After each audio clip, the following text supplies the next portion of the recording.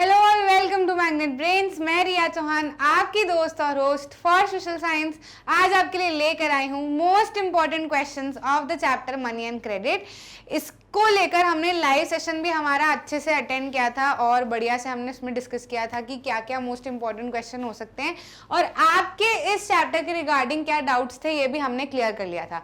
अब फटाफट से एग्जाम टाइम के समय पे, क्योंकि हमको जल्दी जल्दी मोस्ट इंपॉर्टेंट क्वेश्चन की जरूरत होती है जिसमें हम फालतू कुछ और बात नहीं करते हैं और प्रिसाइज टाइम में अच्छे से क्वेश्चंस डिस्कस कर लेते हैं, तो उस तरीके से भी हम एक बार मोस्ट इंपॉर्टेंट क्वेश्चंस देख लेते हैं, है ना। एग्जाम के थोड़े टाइम पहले तो हमको यही लगता है ना कि बस कोई आ जाए और मोस्ट इंपॉर्टेंट क्वेश्चन दे दे, भाई मजा आ जाएगा, पढ़ तो लिया है लेकिन कुछ क्वेश्चन बता दे, है ना। तो मैं क्वेश्चन तो आपको बता रही हूँ, ऐसा नहीं है कि मेरे को सीबीएसई वालों ने बोला है कि ऐसे ऐसे आने वाला है, but these are the most expected questions जो इस तरीके से देखे गए हैं पुराने पेपर्स में। और लगता है हमको, क्योंकि थोड़ा सा एक्सपीरियंस हो गया, जैसे लगता है कि अगर क्वेश्चन बने तो कुछ इस तरीके से बनेंगे, तो क्यों ना इतनी सारी पढ़ाई करिए तो ये भी कर ही ले, मिस ना करें इनको, है ना। अब आपसे एक छोटा सा विनम्र निवेदन है कि बिल्कुल भी इनको ऐसे चलते फिरते टाटा टाटा करके मत देखना, कॉपी पेन बढ़िया से लेके बैठना और आंसर जरूर से लिखना और क्वेश्चन के ऊपर ध्यान लगाना कि क्या क्वेश्चन पूछा है, मैं क्या आंसर बता रही हूँ,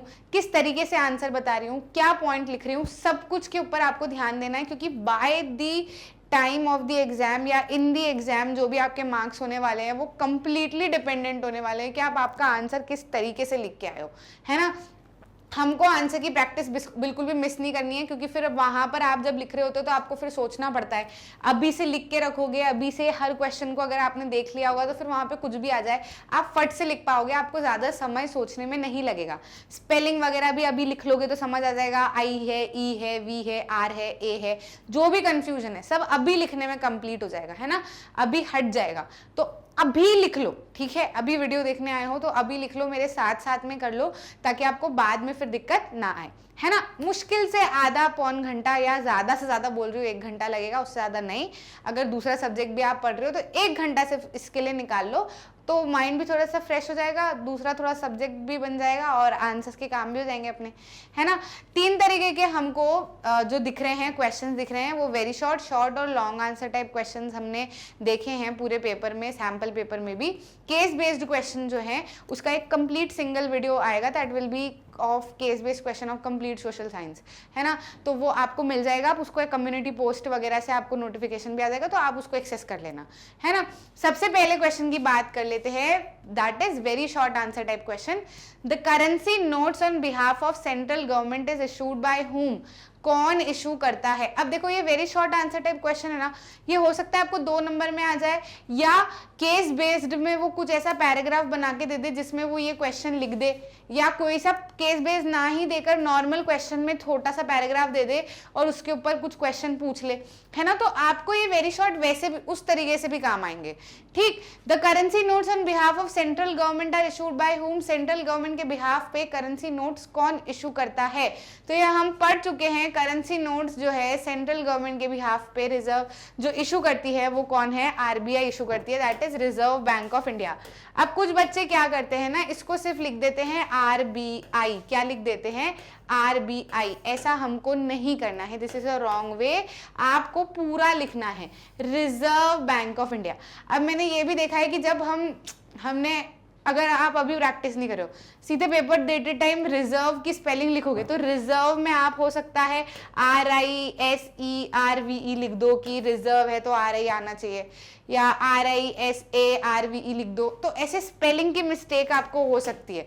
तो वो स्पेलिंग की मिस्टेक को अवॉइड करने के लिए अभी लिखो कॉपी में जस्ट रिजर्व की स्पेलिंग कहीं तो आ ही जाएगा रिजर्व बैंक, जहां पे आपको लिखना पड़े अगर मनी एंड क्रेडिट से क्वेश्चन आया तो, ठीक। तो रिजर्व, ऐसी छोटी छोटी सी चीजें आपकी कंप्लीट हो जाएंगी, ऐसी छोटी छोटी सी चीजें आपकी सुधर जाएंगी अगर आप अभी पेपर की प्रैक्टिस या अभी क्वेश्चन की प्रैक्टिस कर लेते हो तो। कौन इशू करता है सेंट्रल गवर्नमेंट के बिहाफ पे, रिजर्व बैंक ऑफ इंडिया। हमने देखा भी है, जो हमारा नोट होता है उसके टॉप पे लिखा होता है रिजर्व बैंक ऑफ इंडिया, ठीक है, याद है कि नहीं याद है। तो सेंट्रल गवर्नमेंट के बिहाफ पे कौन काम कर रहा है, नोट वगैरह बांटने का रिजर्व बैंक ऑफ इंडिया काम कर रहा है, ठीक। नेक्स्ट क्वेश्चन की अगर हम बात करें तो चेक क्या है, व्हाट इज अ चेक। तो चेक बेसिकली एक पेपर है जो कि बैंक को इंस्ट्रक्ट करता है एक स्पेसिफिक अमाउंट देने के लिए from the persons account to the person in whose name the cheque has been made. इसको हिंदी में मैं बताऊं, मैं हूं और आप हो, ठीक है, मेरा अकाउंट है और आपका अकाउंट है, मुझे आपको पैसे देना है ना, कितने पैसे देना है, 20,000 रुपए। तो मैंने मेरी चेकबुक में से चेक फाड़ा, है ना, तो वो चेकबुक का चेक जो है वो मेरे अकाउंट का है, ठीक है, मेरे अकाउंट का है, मतलब जो दे रहा है पर्सन उसके अकाउंट का है। अब उस पर मैं नाम किसका लिखूंगी, जिसको मेरे को पैसे पे करना है, ठीक है, उसका नाम मैं लिखूंगी, जो जिस भी नाम से आपका बैंक अकाउंट है, ठीक है। तो आपके बैंक अकाउंट का आपका जो भी नाम से है या किसी ट्रस्ट के नाम से है, जो भी आपने बैंक अकाउंट का नाम रखा है वो नाम में लिखूंगी और जो स्पेसिफिक अमाउंट है वो लिखूंगी और वो मैं आपको दे दूंगी। फिर आप अपने बैंक में जाओगे और बोलोगे कि ये चेक है, जिस भी अकाउंट का ये चेक है आप उस अकाउंट से पैसे लेके मेरे अकाउंट में ट्रांसफर कर दो, है ना। तो हो जाएगा कि नहीं हो जाएगा। चेक क्या बता रहा है, चेक ये बता रहा है कि किस अकाउंट का ये चेक है जिसमें से पैसे निकालने, और वो बंदा जिस भी बैंक में गया तो खुद के बैंक में गया है ना, तो जाहिर सी बात है मेरे अकाउंट से उसके अकाउंट में पैसे आ जाएंगे, है ना। तो इसी चीज को आपको यहाँ पे इंग्लिश में लिख देना है। क्लियर है कि नहीं क्लियर है, ठीक। तो ये हो गई हमारी चेक की डेफिनेशन। कोई प्रॉब्लम तो नहीं। मैंने आपको जब वन शॉट रिवीजन कराया था तब मैंने आपको चेक फिल करना भी बताया था। कभी, अभी तो खैर एग्जाम की हड़बड़ी मची हुई है आपको, लेकिन कभी चेक फिल करना सीखना है। मेरे को मेरे पापा ने चेक फिल करना सिखाया था। तो अगर आपको नहीं सिखा पा रहा है कोई, या वो रह गया हो, आपको आता नहीं हो, तो आप जरूर से चेक फिल करना सीखना। छोटी छोटी सी मिस्टेक्स गड़बड़ कर जाती है, अकाउंट खाली हो जाते हैं, है ना। तो तरीके से कैसे, कहाँ पे क्या लाइन लगाई जाती है, कहाँ पे क्या लिखा जाता है, ये आप देखना। अकाउंट जैसे बहुत बड़ा नंबर लिखने के बाद में भी हम आखिरी में ओनली लिखते हैं ना, तो वो ओनली भी क्यों लिखते हैं, क्या तब मैं सोचती थी, छोटी थी तो सोचती थी कि इतना बड़ा नंबर लिख देते हैं, ओनली है क्या, इतना सही अमाउंट है क्या। तो ऐसा नहीं है, उसके पीछे भी रीजन है। तो हमने डिस्कस किया था, कभी फ्री फुर्सत में रहो तो वहाँ पे चेक फिल करना सीख लेना। नेक्स्ट क्वेश्चन की बात कर लेते हैं। What do banks do with the deposits they accept from customers, है ना। बैंक क्या करते हैं उन पैसों का या उन डिपॉजिट का जो कि कस्टमर डिपॉजिट करते हैं, ठीक है। जैसे कि बैंक है, मैं बैंक हूँ, बैंक बन जाती हूँ मैं, ठीक है। अब कस्टमर आया अपना डिपॉजिट लेकर और उसने बोला कि ये आप जमा कर लो, है ना। तो बैंक क्या कर रहा है, पैसे जमा कर रहा है, मतलब कस्टमर क्या कर रहा है, पैसे जमा कर रहा है बैंक में।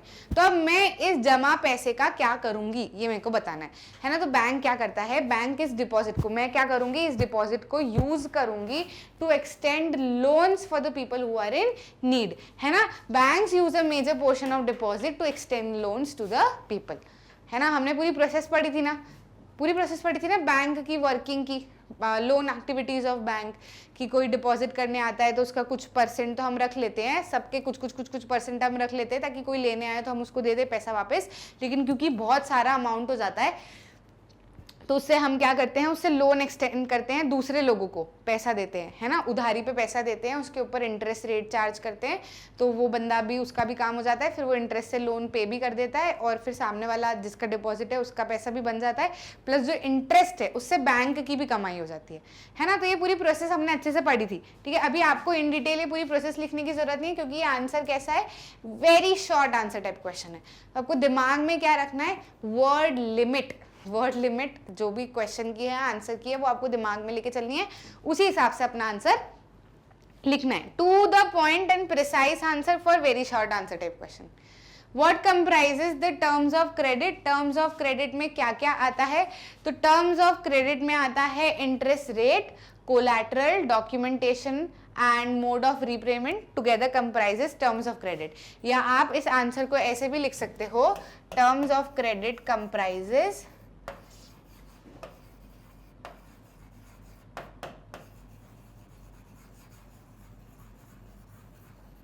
है ना, ऐसे 2 कोलन लगाए, फिर ए करके लिखा क्या, कोलैटरल, ठीक है। फिर बी करके आपने क्या लिखा, डॉक्यूमेंटेशन,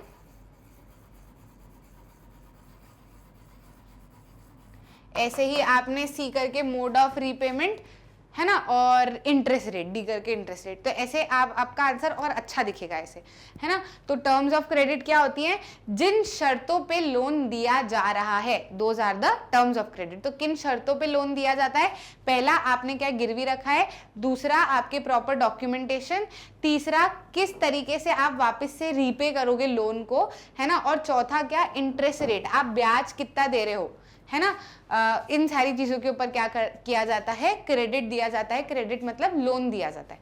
समझ में आया? ठीक है, सिर्फ ये 2 मत लिख देना, 4 लिख के आना। बी और सी ये है ना, थोड़ा समय डी, सी और डी ये है, ये सी हो गया और ये क्या हो गया, डी हमारा। इंटरेस्ट रेट में शुरू में लिखना भूल गई थी। ठीक है, तो 4 हमारे टर्म्स ऑफ क्रेडिट है। आई होप आपको दिमाग में रहेगा। स्क्रीनशॉट मत लेना प्लीज, बार बार कह रही हूँ, लिखते चलना आंसर को, क्योंकि वहां पे स्क्रीनशॉट नहीं चिपकाने वाले, हमको वहां पे लिखना पड़ेगा पेन से अपने हाथ चला के, है ना। अभी लिखोगे तो ध्यान में रहेगा। What is meant by double coincidence of bonds? Double coincidence of bonds क्या होता है, या आप डबल कोइंसिडेंस ऑफ बॉन्ड्स से क्या समझते हो?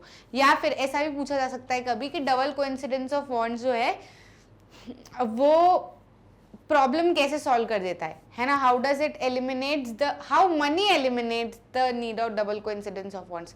तो मे बी पॉसिबल आगे वो क्वेश्चन हो, या अगर नहीं होगा तो मैं आपके साथ में वो भी एक बार डिस्कस कर दूंगी।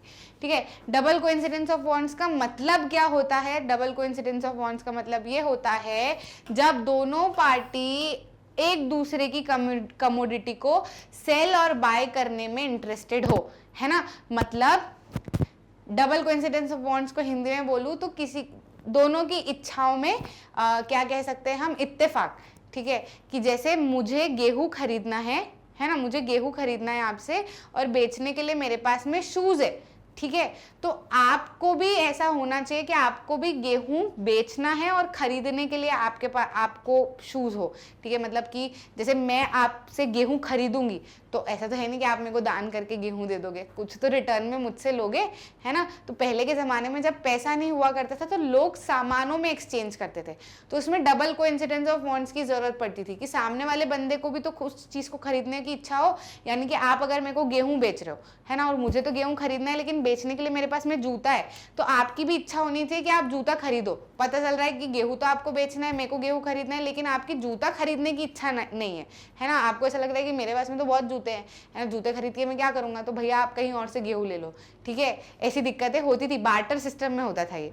ठीक, तो डबल कोइंसिडेंस ऑफ बॉन्ड्स क्या होता है? Double coincidence of bonds barter system का एक एसेंशियल पार्ट है, जिसमें दोनों पार्टीज को एक दूसरे का सामान खरीदने और बेचने की इच्छा होनी चाहिए।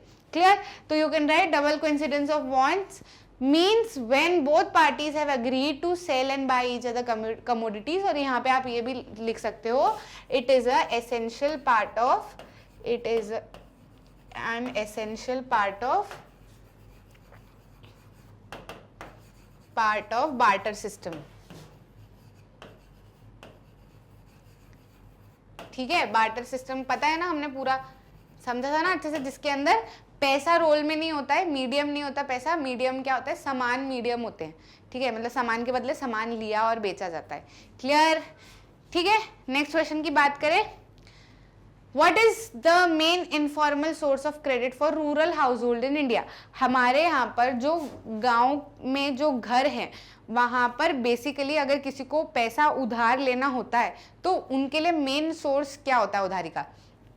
क्या वो बैंक जाते हैं, क्या वो कोऑपरेटिव्स के पास में जाते हैं, या फिर वो किसी दोस्त या इनफॉर्मल सेक्टर के पास में जाते हैं? तो डेटा हमको ये शो करता है कि in the rural house holds of India the main source of informal credit, the main source of credit is informal sector. ठीक है, मनी लेंडर्स, इनफॉर्मल सेक्टर भी लिख सकते हो या आप मनी लेंडर भी लिख सकते हो। Money lenders are the main source of informal credit for rural households. Clear है? समझ में आया? एक ये तरीका हो सकता है आंसर लिखने का, या आप आंसर ऐसे भी लिख सकते हो। हाँ, इनफॉर्मल ही पूछा है बेसिकली। तो यहाँ पे आप मनी लेंडर्स के साथ साथ में ना, चलो मत लिखो मनी लेंडर्स के साथ में, सिर्फ मनी लेंडर्स ही लिखो। ठीक है, आप अभी यहाँ पे फिलहाल मनी लेंडर्स ही लिखो कि मनी लेंडर्स जो है वो main source of informal credit होते हैं। मतलब जो लोग ब्याज पे पैसा चलाते हैं कि नहीं, वो लोग, है ना। रूरल हाउस होल्ड में अगर वो लोग पैसा लेते हैं, लोग अगर पैसा लेते हैं तो वो कहाँ से लेते हैं? मनी लेंडर्स से पैसा लेते हैं। सिंपल, शॉर्ट और प्रिसाइज, एक्स्ट्रा कुछ भी नहीं लिखना अपने को, यही आपका करेक्ट आंसर होगा। नेक्स्ट क्वेश्चन देख लेते हैं। What is a collateral? एक कोलैटरल क्या होता है? तो बेसिकली आपने सुना है ना कि सामान गिरवी रखते हैं, तो गिरवी रखना मतलब कि जैसे मान लो कि आपको किसी से लोन लेना है ना, तो आप क्या करोगे? उसके पास में जाओगे और उसको बोलोगे कि यार मेरे को 20-30 हज़ार रुपये की ज़रूरत है, तो आपने तो उससे पैसे ले लिए, ठीक है, लेकिन उसके पास में क्या गारंटी है कि आप वापस आओगे और उसको पैसा लौटाओगे, है ना। अब आप पैसे लेके वो आपके पीछे पीछे तो घूमता नहीं रहेगा, ठीक है। तो वो आपकी गारंटी रखने के लिए आपसे क्या रखवाता है, कोलैटरल रखवाता है। जैसे कि आप किसी दुकान पे गए, है ना, आपकी मम्मी ने बोला कि ये सामान लेके आना है, इतने आपको पैसे दे दिए, ठीक। तो अब आप उन पैसों से सामान लेने जाओगे और आपने पैसे ले लिए, भैया भैया हमको ये सामान दे दो, उन्होंने सामान निकाल दिया। अब जो पैसे कैलकुलेट हो रहे हैं उसमें मान लो आपको 20, 30, 40, 50 रुपये कम पड़ गए, मान लो 50 रुपये कम पड़ गए। अब क्या करें, आप तो आपकी दोस्त के साथ में गए थे बढ़िया अच्छे से सामान लेने, लेकिन अब 50 रुपये कम पड़ गए हैं तो आपको वापस घर लेके आना पड़ेगा। अब दुकानदार के पास में क्या गारंटी कि आप वापस लेके आओगे कि नहीं आओगे पैसे, है ना। तो अगर जान पहचान वाला तो चल जाता है, लेकिन जान पहचान वाला नहीं हो तो फिर वो आपको क्या बोलता है कि आप खुद से ही बोल देते हो कि भैया मेरी दोस्त खड़ी है, या अगर साइकिल से गए तो बोल दोगे कि मेरी साइकिल खड़ी है, मैं आ रही हूँ, बस पैसे लेके अब भी हाल आती हूँ। तो आप आपकी दोस्त या आपके साइकिल को एज ए गारंटी रख के जा रहे हो कि आप वापस आओगे, है ना। तो ऐसे ही होता है इन केस ऑफ लोन्स। आप क्या करते हो, आप पैसा लेते हो लेकिन एज ए गारंटी आप कुछ सामान उनको देते हो कि अगर इन केस में पैसा वापस नहीं पे कर पाऊं तो आप इस सामान को बेचकर पैसा निकाल लेना, है ना। तो अभी जो कोलैटरल होता है ना, ये उतनी कीमत का होता है जितना आपने लोन लिया। मान लो 20,000 का लोन लिया तो 20,000 की कीमत का कुछ आप सामान रखोगे गिरवी। अगर आपने 5 लाख का लोन लिया तो आप 5 लाख की कीमत का सामान रखोगे गिरवी। समझ में आई बात। तो कोलैटरल में आपको क्या लिखना है, कोलैटरल क्या होता है, एक असेट होता है, यानी कि कीमती चीज होती है ना, जो एक चीज होती है जो कि आपके लिए फायदेमंद है। अब आपके लिए फायदेमंद है, जो कभी भी काम आ सकती है, ऐसी चीज को क्या कहा जाता है, असेट कहा जाता है। तो आप उस असेट को काम पे लगाते हो कि भाई तू अब मेरे घर नहीं दूसरे घर पे जाके बैठ, मेरी गारंटी के तौर पे कि मैं आऊंगा और तेरे को वापस लेके जाऊंगा। अब जैसे मान लो आपने पैसा पे कर दिया ना, तो फिर आप वापस से उस गिरवी सामान को ले सकते हो, और नहीं किया तो फिर वो गिरवी सामान को बेच के पैसा निकाल लेगा। क्लियर। तो आपको क्या लिखना है, कोलैटरल एक असेट है जो कि बोरोवर का होता है ना, जो लेने वाला, जो लोन लेने वाला बंदा है उसका होता है। फिर वो क्या करता है, वो लेंडर को देता है ना। तो ये क्या हो सकता है, लैंड हो सकती है, बिल्डिंग, व्हीकल, लाइफ स्टॉक, सब कुछ हो सकते हैं। वो बोरोवर इस असेट को यूज करता है as a guarantee to the lender, है ना। एक गारंटी देता है कि 110% मैं आऊंगा, आप इस सामान को रख लो एज अ गारंटी और मैं आपको लोन जो है वो रीपे करूंगा, ठीक है। बोरोवर अगर लोन रीपे करने के लिए फेल हो जाता है या लोन रीपे नहीं कर पाता तो फिर वो क्या करता है, लेंडर जो है वो उस असेट को बेच सकता है और पैसा अर्न कर सकता है उसके बराबर का। आप एग्जाम्पल में कोलैटरल के कुछ भी एग्जाम्पल लिख सकते हो, या तो आप ये ब्रैकेट वाले एग्जाम्पल यहाँ फर्स्ट पॉइंट में लिख सकते हो, या फिर थर्ड पॉइंट अलग सेपरेटली बनाकर भी आप कोलैटरल का एग्जाम्पल लिख सकते हो। अगर मान लो वेरी शॉर्ट में आता ही है ये क्वेश्चन तो सिर्फ इतना ही लिखना, और ब्रैकेट में एग्जाम्पल भी लिख लेना तो कवर कर जाएगा। अब आप बोलोगे मैम वेरी शॉर्ट में ही तो है, तो फिर आपने इतना बड़ा क्यों लिखा, क्योंकि कई बार ये शॉर्ट में भी आ जाता है ना। कई बार शॉर्ट आंसर में भी अगर आ गया तो आपके पास में 3 पॉइंट होने चाहिए कि आप अच्छे से इसको एक्सप्लेन करो। अगर शॉर्ट में आता है तो फिर ब्रैकेट में मत लिखना एग्जाम्पल, अलग से पॉइंट बना के तीसरा पॉइंट बना लेना, ठीक है। समझ आया। नेक्स्ट क्वेश्चन की बात कर लेते हैं, मॉडर्न करेंसी। अब आ गए हम शॉर्ट आंसर टाइप क्वेश्चन पे, है ना। Modern currency is without any use of its own, then why is it accepted as a medium of exchange. Modern currency जो हमारी आज की करेंसी है उसका अपने आप के अलावा और कोई सा यूज नहीं है ना, फिर हम इसको क्यों as a medium of exchange use करते हैं। क्वेश्चन का तात्पर्य ये है कि पुराने ज़माने में जब बार्टर सिस्टम हुआ करता था तो हम सामान से एक्सचेंज करते थे, है ना, सामान से सामान एक्सचेंज करते थे। अगर मान लो हम सामान, उस पर्टिकुलर सामान को एक्सचेंज नहीं भी कर रहे हैं, जैसे कि गेहूं से आप धोती खरीद रहे हो, है ना, बार्टर सिस्टम में ऐसा है कि गेहूं से आप धोती खरीद रहे हो, तो अगर मान लो आपने गेहूं से धोती ना भी खरीदी एक टाइम के लिए तो आप उस गेहूं को खा सकते हो। तो मतलब गेहूं के 2 काम है कि आप उससे सामान भी खरीद सकते हो, साथ ही साथ में उसको खा भी सकते हो, ठीक है, मतलब रोटी बना के खा सकते हो, है ना। तो वो जो बार्टर सिस्टम में जो भी सामान थे उनका अपने आप के अलावा और भी काम था कि ये नहीं तो ये कर लिया, मतलब वो यूजफुल थे। लेकिन मनी को अगर आपने एक्सचेंज नहीं किया है तो सिर्फ घर में पटक रखा है कि हा, कोई काम है क्या उसका, कुछ डबल हो जाएगी या कुछ करके दे देगी या घर का काम संभाल लेगी या क्या आप उसको खा पाओगे, कुछ नहीं कर पाओगे। वो सिर्फ एक कागज का टुकड़ा है अगर वो ट्रांजैक्शन के काम नहीं आ रहा है तो, समझ रहे हो कि नहीं। तो फिर हमने मनी को क्यों लिया, ऐसे तो काम आने वाली चीज़ अच्छी थी, ठीक है। तो मनी को हमने इसलिए लिया, सबसे पहली चीज़ तो ये कि इकोनॉमी में अगर आपको कितनी अच्छी इकोनॉमी है ये सब मेजर करना है, हम सेक्टर्स ऑफ इंडियन इकोनॉमी पढ़ के आए हैं, तो हम क्या देखते हैं प्राइमरी, सेकेंडरी और टर्शरी सेक्टर में किस में से कितनी वैल्यू का, यानी कि कितनी कीमत का प्रोडक्शन हुआ है। है ना, ये हम देखते हैं। तो वैल्यू कैसे पता चलती है, जब एक सिमिलर चीज में ट्रांजैक्शन हो, है ना। अब यहाँ कोई गेहूं दे रहा है, यहाँ कोई कपड़ा दे रहा है, यहाँ कोई लाइफ स्टॉक दे रहा है, तो फिर आप कैसे पता करोगे कि इतने एरिया में कितना ट्रांजैक्शन हुआ, नहीं पता चल पाएगा ना आपको। वहीं पैसा ही अगर मार्केट में रहेगा कि भैया इतने नोट छपे हैं और यही नोट जो है घूम रहे हैं, इतने फ्रीक्वेंटली घूम रहे हैं ना, इनमें ट्रांजैक्शन हो रहा है, तो आप इकोनॉमी अच्छे से मेजर कर पाओगे ना। इसीलिए गवर्नमेंट ऑफ इंडिया ने अपने बिहाफ पे एक बॉडी को लगाया हुआ है, that is reserve bank of India, जो कि क्या करता है, नोट्स इशू करता है, करेंसी इशू करता है। और उन्होंने बोला है कि इसी में उनके ऑर्डर्स हैं, ठीक है, उन्होंने डिक्लेयर किया हुआ है कि इसी में एक्सचेंज होना चाहिए इंडिया में किसी और चीज़ में एक्सचेंज नहीं होगा, है ना। तो क्योंकि गवर्नमेंट ऑफ इंडिया के ऑर्डर्स हैं, है ना, गवर्नमेंट ऑफ इंडिया ने ऑथराइज किया हुआ है इसको कि मनी में ही एक्सचेंज होना चाहिए, या कोई सी भी कंट्री ने अपनी अपनी करेंसी को ऑथराइज किया हुआ है कि भैया इसी के अंदर एक्सचेंज होना चाहिए, तो उसी में एक्सचेंज होता है। Modern currency is accepted as a medium of exchange because it is certified for a particular denomination of the country by authorities set up by the central government. जो भी सेंट्रल गवर्नमेंट अथॉरिटीज को set up करती है, उनके particular denomination के under उसका काम होता है।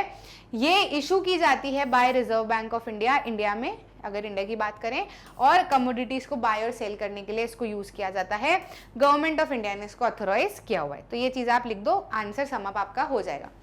बार्टर सिस्टम का क्या मतलब होता है, तो बेसिकली बार्टर सिस्टम जो है वो पुराने ज़माने का सिस्टम है जिसके अंदर मनी यूज में नहीं होती है और सामान से सामान खरीदा और बेचा जाता है। जैसे मैंने अभी आपको धोती और गेहूं का एग्जांपल दिया था ना, ये क्या है, ये बार्टर सिस्टम है ना। जैसे कि आपको कोई जो सामान आपको बेचना है वही सामने वाले को खरीदना भी है और उसको जो बेचना है वो आपको भी खरीदना है। This is barter system. आप क्या कर रहे हो, गुड्स और सर्विसेज के बदले में सामने वाले बंदे को सामान दे रहे हो या ले रहे हो, ठीक है। अब गुड्स एंड सर्विसेज क्यों, गुड्स तो समझ में आया कि सामान लिया तो फ्री में तो कोई देगा नहीं, रिटर्न में कुछ ना कुछ सामान आप भी उससे लोगे, है ना।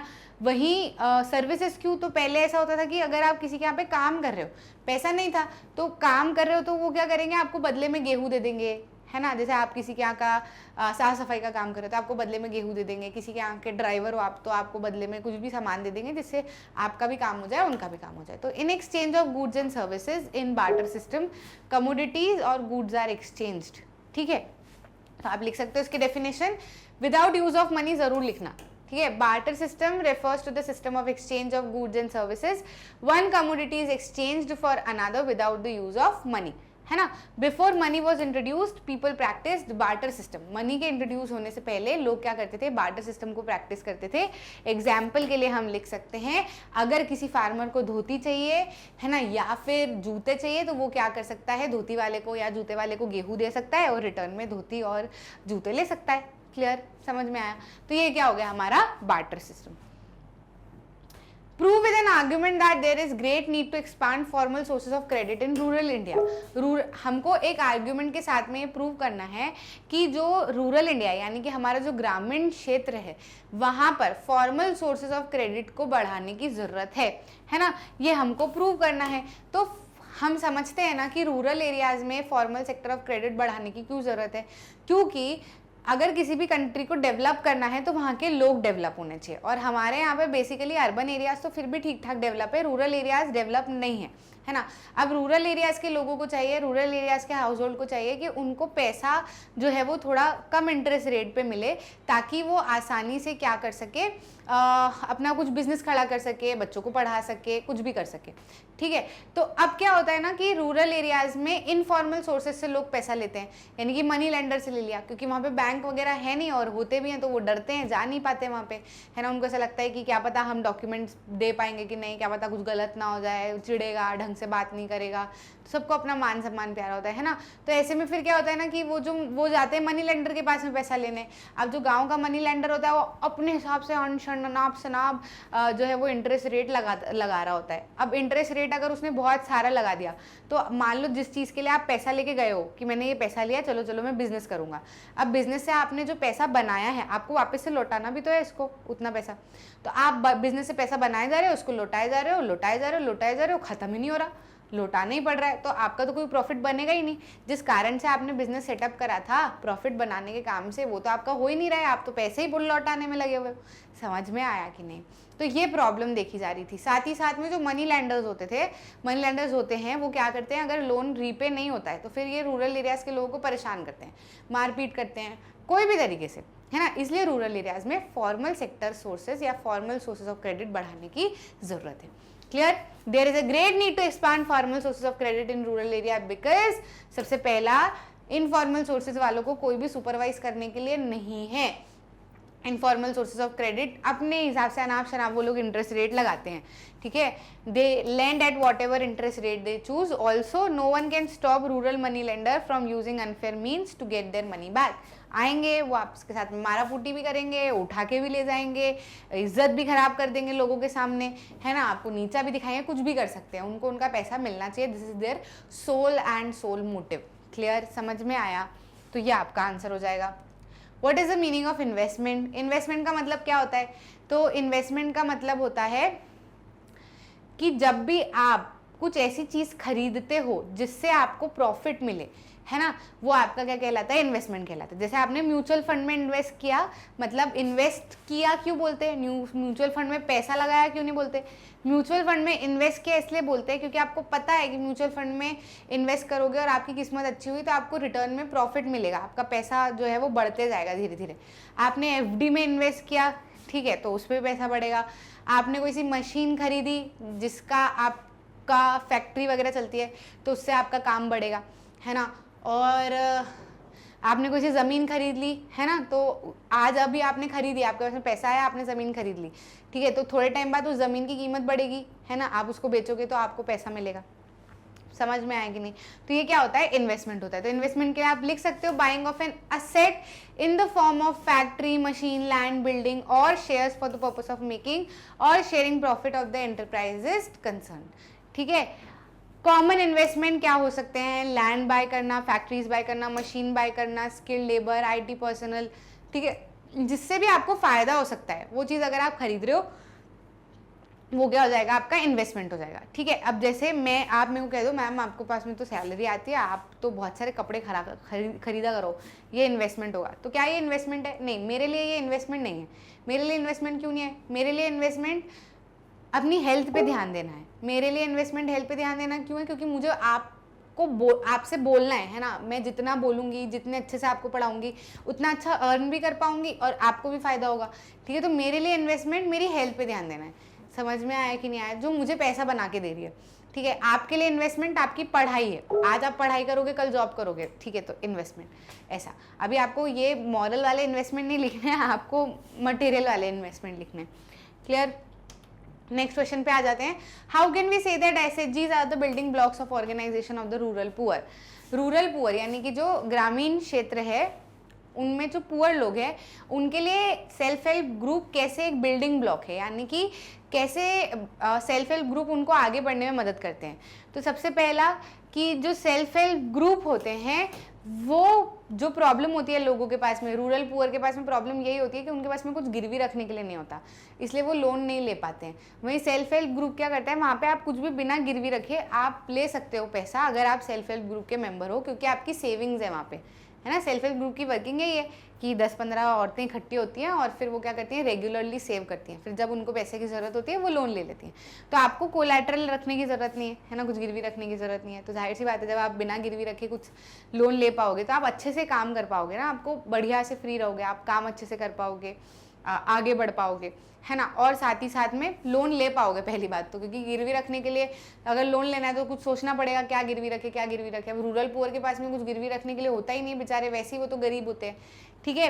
और साथ ही साथ में ये जो एसएचजीज हैं ये टाइमली और कुछ भी छोटी मोटी चीज़ के लिए आपको लोन लेना है तो उसमें मदद करते हैं, है ना। अब आपको स्कूल की फीस भरनी है बच्चे की, ठीक है, आपको बच्चे के जूते खरीदने हैं, मान लो आपको बच्चे के लिए स्कूल का सामान लेके आना है, आपको चाय पत्ती वगैरह खत्म हो गए, किराना खत्म हो गया है, वो सामान लेके आना है, तो आप ऐसे कब तक मनी लेंडर या बैंक के पास में जा के लोन लोगे? नहीं ले सकते ना।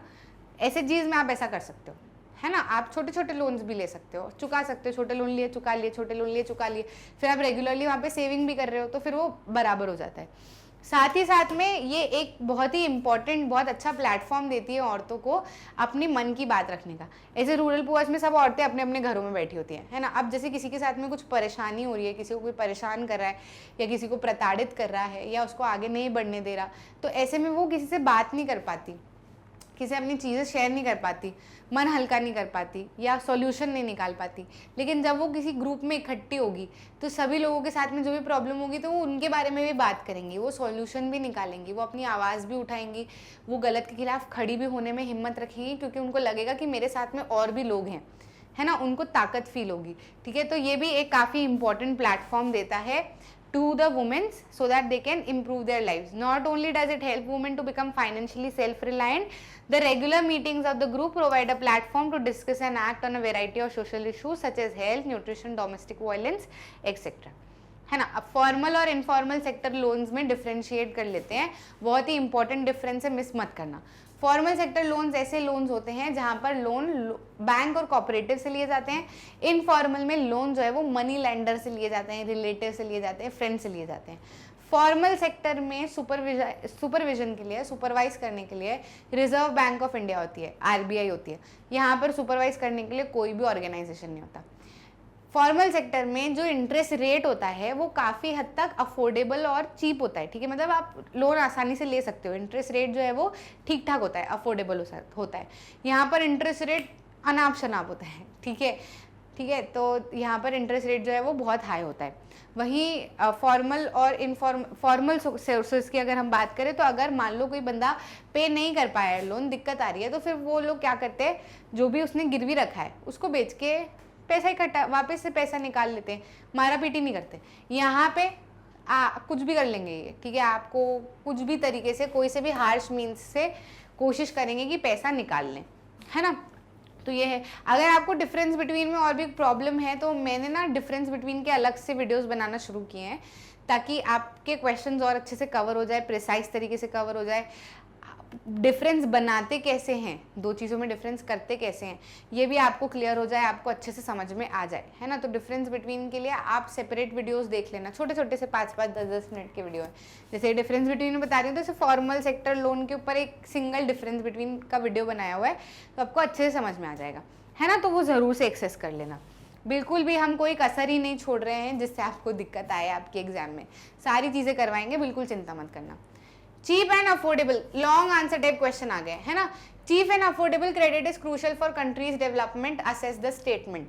चीप और अफोर्डेबल क्रेडिट जो है किसी भी कंट्री के डेवलपमेंट के लिए काफ़ी ज़्यादा क्रूशियल होता है। इस स्टेटमेंट को आपको क्या करना है, असेस करना है ना, मतलब बताना है। ठीक है, तो कैसे बता सकते हैं कि सबसे पहले तो क्वेश्चन का मीनिंग समझो।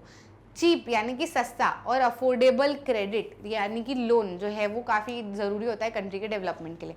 अब कंट्री का डेवलपमेंट कैसे होता है, कंट्री का डेवलपमेंट तब होगा जब कंट्री के लोग डेवलप होंगे, है ना। अब कंट्री के लोग कब डेवलप होंगे, कंट्री के लोग जब डेवलप हो सकते हैं जब उनके पास में तरीके हों पैसा बनाने के, है ना। अब ज़रूरी तो नहीं कि हर चीज़ जॉब से हो, और जॉब भी इंसान तभी कर पाएगा ना जब वो अपने एजुकेशन में पैसा लगा पाएगा। कुछ भी आपको लाइफ में करना है, आपको बिजनेस करना है, आपको एजुकेट होना है, आपको शुरुआत में पैसा लगाना ही पड़ेगा। अब कुछ लोग के पास में पैसा होता है तो वो तो लगा लेते हैं, लेकिन कुछ लोगों के पास में पैसा नहीं होता है ना, तो फिर वो क्या करते हैं, वो लगा नहीं पाते। अब उनको पता है, वो चाहते हैं सक्सेसफुल होना, वो चाहते हैं कमाना, लेकिन वो पैसा नहीं लगा पा रहे। वो पैसा क्यों नहीं लगा पा रहे, क्योंकि उनके पास में पैसा है ही नहीं। अब पैसा लगाने की, अब मान लो उनको ऐसा लगता है कि यार, उनको ऐसा फील होता है ना कि यार काश कोई पैसे दे दे, या काश कहीं पे पैसा मिल जाए, या काश कहीं से कोई दे दे कि यार चल ठीक है इतने तू रख ले, जब आ जाए तब तू चुका लेना, अभी तेरा बिजनेस इकट्ठा कर लेते। ऐसे बैठे बैठे फिर वो सोचते रहेंगे, है ना। तो क्या कंक्लूजन निकलता है इस चीज़ का कि इंसान को पैसा चाहिए कोई भी काम करने के लिए। ठीक है, तो जब उसको पैसा मिल सकता है, ठीक है, अगर उसको सस्ते दाम पे पैसा मिल जाए तो कितना अच्छा होगा, है ना। वो आसानी से अपना बिजनेस सेटअप कर सकता है, अपने बच्चों को पढ़ा सकता है, अपनी इनकम बढ़ा सकता है, सब कुछ कर सकता है, वो अच्छे लेवल पे आ सकता है। समझ रहे हो कि नहीं। लेकिन वहीं ये कोई पैसा देकर जाए, और या फिर जहाँ से भी हम पैसा ले रहे हैं वो बहुत interest rate, high interest rate पे पैसा चार्ज करे, तो फिर वो क्या उससे कुछ बन पाएगा, नहीं बन पाएगा ना। मैंने मान लो लोन लिया, मैं बहुत गरीब हूँ, है ना। अब मैंने लोन लिया कि चलो घर की स्थिति मेरी सुधरे, कुछ बिजनेस वगैरह डालूं, तो अब मैंने जिससे लोन लिया है उसने मेरे को हाई इंटरेस्ट रेट पर लोन दिया है, तो अब मैं बिजनेस तो मैंने डाला, अब शुरुआत में तो इतना पैसा बनेगा नहीं ना, तो बस मैं उससे जो भी कमा रही हूँ वो मैं इसको चुका रही हूँ, कमा रही हूँ मैं चुका रही हूँ, कमा रही हूँ जो मैं चुका रही हूँ, तो मेरे पास में तो कुछ बच ही नहीं रहा, है ना। मैंने तो बिजनेस इसलिए डाला था ताकि मेरा प्रॉफिट हो, थोड़ा बहुत तो हो, थोड़ा इसको चुकाऊं, थोड़ा मैं बचाऊं, थोड़ा इसको चुकाऊं, थोड़ा मैं बचाऊं, ऐसे करके मैं करना चाहती थी ना, लेकिन ऐसा तो हो ही नहीं रहा है। अब तो मतलब बहुत ही ज़्यादा इसको देना पड़ रहा है, तो मेरे पास तो कुछ बच ही नहीं रहा, तो ऐसे में दिक्कत हो जाएगी ना। वहीं यही लोन अगर मेरे को सस्ते दाम पर मिलता है, यानी कि कम इंटरेस्ट रेट पर मिलता है, तो थोड़ा मैं अपनी प्रॉफिट बचा लेती, थोड़े से चुकाती, थोड़ा बचाती, थोड़ा चुकाती, हर महीने ऐसे करके, तो मेरा लोन भी चुकता हो जाता, मेरे पास में प्रॉफिट भी बचता, उससे मैं घर भी चला लेती, और फिर जब मेरा लोन चुक जाता तो फिर जो पैसा बनता हो तो पूरा तरीके से मेरा होता ना, है ना। तो फिर मैं और अच्छे से आगे बढ़ जाऊंगी, समझ रहे हो कि नहीं। तो ऐसे मैं डेवलप होंगी, ऐसे अगर सभी लोगों को चीप और अफोर्डेबल रेट पे मिलने लगा तो ये डेवलप हो गई, ये हो गई, ये हो गई, ये हो गई, तो ऐसे सारे लोग डेवलप हो गए तो पूरी तरीके से कंट्री डेवलप हो गई। समझ में आया कि नहीं। तो लोगों को ना अलग अलग चीज़ों के लिए पैसों की ज़रूरत पड़ती है। अगर आपने फार्मर्स को सस्ते दाम पे लोन देना शुरू कर दिया तो फार्मर्स प्रॉस्पर करेंगे, ठीक है। आपने इंडस्ट्री वालों को सस्ते दाम पे पैसा देना, लोन देना शुरू कर दिया तो वो प्रॉस्पर करेंगे, ठीक है। आपने छोटी मोटी चीज़ों के लिए, बिजनेस वगैरह के लिए अच्छे दाम पे पैसा देना शुरू कर दिया तो वो प्रॉस्पर करेंगे, समझ रहे हो कि नहीं। तो जब हर तरीके के सेक्टर के लोग प्रॉस्पर होने लगेंगे तो कंट्री का डेवलपमेंट भी हो ही जाएगा। तो यही आपको इसके अंदर लिखना है। Cheap and affordable credit is crucial for countries development because credit is in great demand for various kind of economic activities. बहुत सारी इकोनॉमिक एक्टिविटीज के लिए पैसा लगता है, बिग और small investment, setup business, buying car, houses, सब चीज़ों के लिए।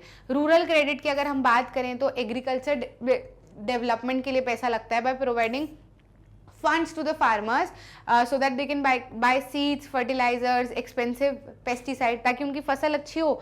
जब फसल अच्छी होगी तो उनका पैसा बनेगा, है ना, वो प्रॉस्पर करेंगे। मैन्युफैक्चरर्स को भी क्रेडिट की ज़रूरत पड़ती है ताकि वो रॉ मटेरियल खरीद सके, है ना, और क्या कर सके, कुछ भी प्लांट, मशीनरी, इक्विपमेंट सब कुछ खरीद सके। और बहुत सारे लोगों को इलनेस के लिए, मैरिजेस के लिए, मतलब डे टू डे लाइफ के लिए भी बहुत सारी बार पैसों की ज़रूरत पड़ती है। अगर सस्ते दाम पे मिल जाएगा तो हम बहुत सारा काम आसानी से कर पाएंगे और प्रॉस्पर भी कर पाएंगे, ठीक है। Hence cheap and affordable credit is crucial for countries growth and development. Explain with example how people are involve with banks. लोग बैंक से कैसे इन्वॉल्व रहते हैं ये हमको बताना है। तो बैंक क्या करता है, एक तो लोन देता है ना, दूसरा लोगों के पैसे को सेफ रखता है और उनको उनके पैसे को सेव करने में मदद करता है ना। और साथ ही साथ क्या करता है कि हाँ, हमको पैसा जब भी ज़रूरत पड़े, हमने डिपॉजिट कर दिया तो हम उस पैसे को निकाल भी पाते हैं, है ना। तो यही चीज़ आपको इसमें लिखनी है कि बैंक क्या करता है, लोगों की पैसे को सेव करता है। Bank help people to save the money and keep their money in safe custody of the bank. Bank accept deposit from the public and also people earn interest rate on these deposits, है ना। लोग earn भी करते हैं। जैसे कई बार आप loan लेके जा रहे हो तो आपको इंटरेस्ट पे करना पड़ता है, लेकिन जब आप डिपॉजिट कर रहे हो बैंक में पैसा तो उसके ऊपर भी आपको इंटरेस्ट मिलता है ना। मान लो मैंने 10,000 डिपॉजिट करे बैंक में, मेरे सेविंग अकाउंट में, तो थोड़े टाइम बाद मेरे को थोड़ा सा पैसा बढ़ा हुआ मिलेगा, वो बैंक देता है ना। तो ये चीज़ भी बैंक करता है। और साथ ही साथ में बैंक हमको मदद करता है। People can withdraw money whenever they need from the bank as the money can be withdrawn on demand. These are also known as demand deposit. Bank also grant loans for people for variety of purposes. In times of need, individual business houses and industries can borrow money from the banks, है ना। तो save करता है और safe रखता है, withdraw करने में मदद करता है पैसा, और साथ ही साथ में लोन प्रोवाइड करता है, ठीक है। तो इस तरीके से लोग इन्वॉल्व रहते हैं in the banks. How does money solve the problem of double coincidence of wants? Explain with example. Money double coincidence of wants की प्रॉब्लम को कैसे सॉल्व कर देता है, इस चीज़ को हमको समझाना है एग्जाम्पल के साथ में, है ना। तो डबल कोइंसिडेंस ऑफ वांट्स एक प्रॉब्लम कैसे, पहले ये समझो। जैसे मेरे पैसा सीन में नहीं है, अब मेरे को खरीदनी धोती और मेरे पास में है गेहूँ, तो अब मैं गेहूँ लेके चली कि भैया कोई मेरे को धोती बेचने वाला मिल गया। अब मैंने उसको बोला कि गेहूँ ले ले, बदले में मेरे को धोती दे दे, तो वो बोल रहा है कि नहीं यार, धोती तो मेरे को बेचनी है पर मेरे पास में घर में गेहूँ रखे हैं, कुछ और है क्या तेरे पास देने को। मैं बोलूँगी नहीं, तो बोलेगा नहीं यार, फिर मैं तेरे को नहीं बेच रहा, कुछ और हो तो आना। अब फिर मेरे को क्या करना पड़ेगा, ऐसे इंसान को ढूंढना पड़ेगा जो धोती भी बेचता है और जिसको गेहूं लेने भी है, समझ रहे हो कि नहीं। तो मतलब मैं दिन भर मेरे को कितने सामान खरीदने पड़ेंगे, मैं यही ढूंढती रह जाऊंगी कुछ करते, तो ये तो प्रॉब्लम ही है ना। तो हमको ये बताना है कि मनी कैसे इस प्रॉब्लम को सॉल्व करता है। तो मनी क्या करता है, money being an intermediate step, money क्या करता है, एक मीडियम बनता है, एक माध्यम बनता है। जब से मनी सीन में आया है तो हमको क्या करना है, हमको कुछ भी करने की जरूरत नहीं है, गेहूं ले जाने की जरूरत नहीं है। मैं भले कोई भी हूँ, मैं अगर फार्मर हूँ तो सिंपल से मेरे को क्या करना है, कोई कस्टमर ढूंढना है जो कि गेहूं खरीदना चाहता है, कोई भी हो वो, भले से कुछ भी करता हो, जो गेहूं खरीदना चाहता हो मेरे पास में आए, मुझसे क्या करे, मेरे को पैसा दे और गेहूं खरीद के ले जाए। अब मेरे पास में पैसा आ गया है, अब मैं वो खरीदनी धोती, तो मैं बस धोती वाले के पास में जाऊँ और मैं बोलूँ कि ये ले पैसा और मेरे को धोती दे दे, सिंपल सा काम है ना। तो यही चीज आपको लिखनी है। Money provides the important intermediate step in an economy where money is in use, thereby helping to remove the problem of double coincidence of wants. Because of money, a farmer need not sell his agricultural produce to buy shoes. Similarly, a shoe seller need not search for a farmer who need his shoes. At the same time, he has need to sell the shoe seller the farmers the wheat. तो यहाँ पे मतलब जो मैंने अभी आपको धोती का example दिया, धोती की जगह शू कर लो, है ना, और वीट तो है ही, तो वो एग्जाम्पल हमने यहाँ पे लिख दिया। अब मनी जब से सीन में है तो क्या करना है, simply all the shoe seller needs to do is find a buyer for his shoes, है ना। शू सेलर को क्या करना है, एक अपने जूते का बायर ढूंढना है, वो उसको पैसे देगा शू सेलर को, फिर शू सेलर जाएगा फार्मर ढूंढेगा, उसको पैसे देगा और गेहूं खरीद लेगा। ठीक है, बस सिंपल सी यही चीज आपको इसके अंदर लिखनी है। क्लियर, समझ में आ गया। The credit activities of informal sector should be discouraged. Suppose the statement with argument, है ना। जो क्रेडिट एक्टिविटीज है इनफॉर्मल सेक्टर की, उसको डिस्करेज कर देना चाहिए। इसको आपको क्या करना है, आर्ग्यूमेंट के साथ में एक्सप्लेन करना है या फिर सपोर्ट करना है। क्लियर है। तो क्रेडिट एक्टिविटी जरूर से डिस्करेज करनी चाहिए इनफॉर्मल सेक्टर की, क्योंकि इनफॉर्मल सेक्टर बहुत ही ज़्यादा high rate of interest charge करता है और बहुत सारे करीब 85% ऑफ लोन जो है पुअर हाउस होल्ड से, वो लोग अभी भी इनफॉर्मल सेक्टर से ही लोन लेते हैं। साथ ही साथ में इनफॉर्मल सेक्टर को सुपरवाइज करने के लिए कोई भी ऑर्गेनाइजेशन नहीं होता है, वो मार पीट के भी पैसा रीपे करवाने की कोशिश करते हैं। इनफॉर्मल सेक्टर वाले बहुत high rate of interest charge करते हैं और हायर कॉस्ट ऑफ बोरोइंग का मतलब अगर आपको ज़्यादा कीमत पे पैसा मिल रहा है, इसका मतलब कि आप जो अर्न करोगे उसका ज़्यादा पार्ट आपको वापस से रीपे करने में लग जाएगा, तो आपके पास में कोई प्रॉफिट नहीं बचेगा। समझ आई बात। तो जब ऐसी सारी चीज़ें होंगी तो इनफॉर्मल सेक्टर को डिस्करेज ही करो ना, फॉर्मल सेक्टर से लोन लेने की कोशिश करो। ठीक है, समझ में आया। The credit activities of informal sector should be discourage because of the following reasons. Clear. हाँ, और भी पॉइंट्स है। In certain cases high rate of interest का मतलब ये है कि कई बार जितना पैसा आपने लिया है उससे ज़्यादा पैसा आपको चुकाना पड़ जाता है, ये भी प्रॉब्लम होती है। और इसकी मदद से नहीं, इस प्रॉब्लम के कारण कई बार इंसान जो है वो कर्ज के जाल में फंस जाता है। वो उसने लोन तो लिया था आगे बढ़ने के लिए, लेकिन अब वो और पीछे खिंच जाता है। ठीक है, तो ऐसी प्रॉब्लम्स लोगों के साथ में आती है, इसलिए क्रेडिट एक्टिविटी को क्या करना चाहिए, डिस्करेज करना चाहिए। तो हमने क्या किया, इस स्टेटमेंट को सपोर्ट करते हुए आर्ग्यूमेंट दिए। नेक्स्ट क्वेश्चन पे आ जाते हैं। What is the basic objective of self help group, how do they work, describe any 4 advantages of self help group for the poor. Self help group जो है उनका बेसिक ऑब्जेक्टिव क्या है ये हमको बताना है, और साथ ही साथ में उनके 4 एडवांटेजेस बताने हैं जिसकी मदद से वो रूरल पुअर को मदद करते हैं। ठीक है, मतलब क्या फायदे हैं ये हमको कुल मिला के इसमें डिस्क्राइब करना है। तो सबसे पहले तो बेसिक ऑब्जेक्टिव लिख दो सेल्फ हेल्प ग्रुप का। क्या है कि रूरल पुअर यानी कि जो ग्रामीण क्षेत्र के जो पुअर लोग हैं उनको वो ऑर्गेनाइज कर सके, पर्टिकुलरली वुमेन जो कि एक दूसरे के घर के आसपास रहती है उनको ऑर्गेनाइज कर सके। किसमें ऑर्गेनाइज कर सके, छोटे से ग्रुप में जो कि अपनी मदद खुद करते हो।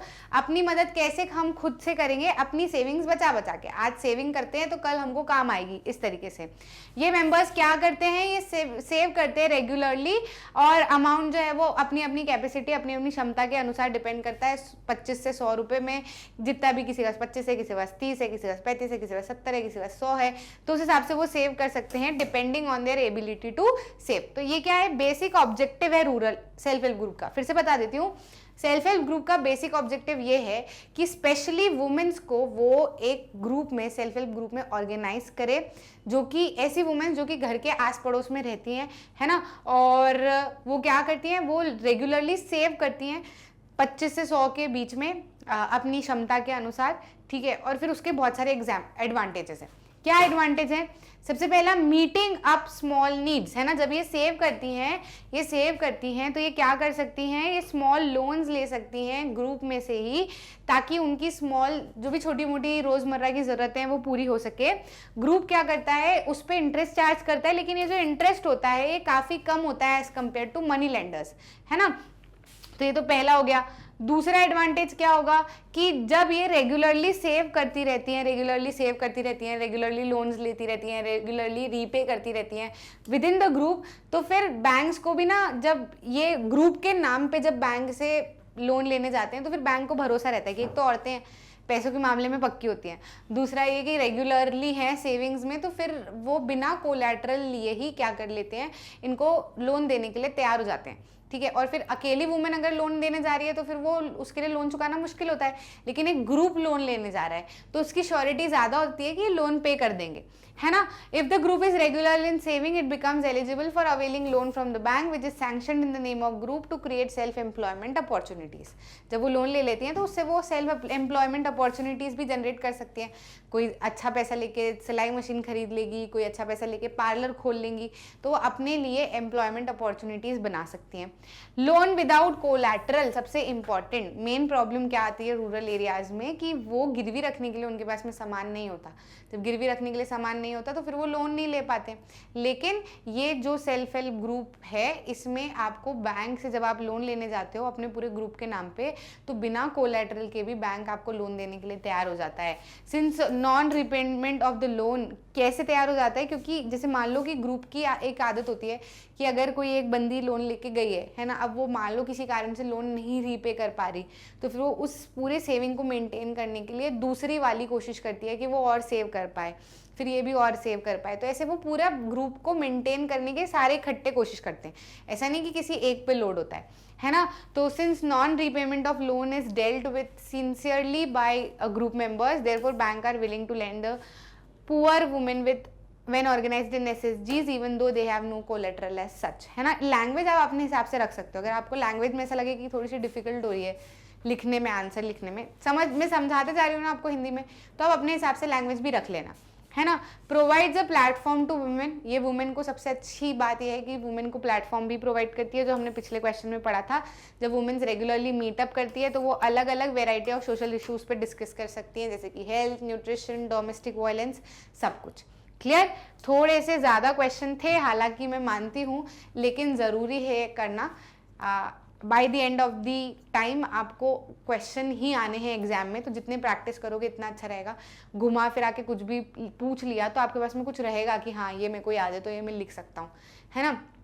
तो दिक्कत नहीं आएगी, जितने क्वेश्चन कर सको इतना अच्छा है ना। तो ये मोस्ट इंपॉर्टेंट लगे मुझे कि इनमें से कुछ आ सकता है, टचवुड आ जाए तो बहुत ही अच्छी बात है, बधाइयाँ शेयर करेंगे हम लोग, ठीक है। इसी तरीके से सारे चैप्टर्स के मोस्ट इंपॉर्टेंट क्वेश्चंस आपको मिल जाएंगे। लाइव सेशन में भी आपको मिल चुके हैं, तो उसमें हमने डाउट्स क्लियर कर लिए थे, लेकिन फिर वो लंबा वीडियो हो जाता है तो आप देख नहीं पाते हो एज सच, है ना। तो अगर आपको सिंपली सिर्फ क्वेश्चन डिस्कस करने हैं तो आप इन वीडियोज़ को भी एक्सेस कर सकते हो, ठीक। अच्छा लगा तो लाइक करना, शेयर करना अपने दोस्तों के साथ में, और चैनल को सब्सक्राइब करना ताकि आप कोई भी इंपॉर्टेंट वीडियोस मिस ना कर जाएं। डिफरेंस बिटवीन के छोटे छोटे वीडियोस अलग से रिलीज हो चुके हैं, तो उनको भी आप प्लीज़ एक्सेस कर लेना।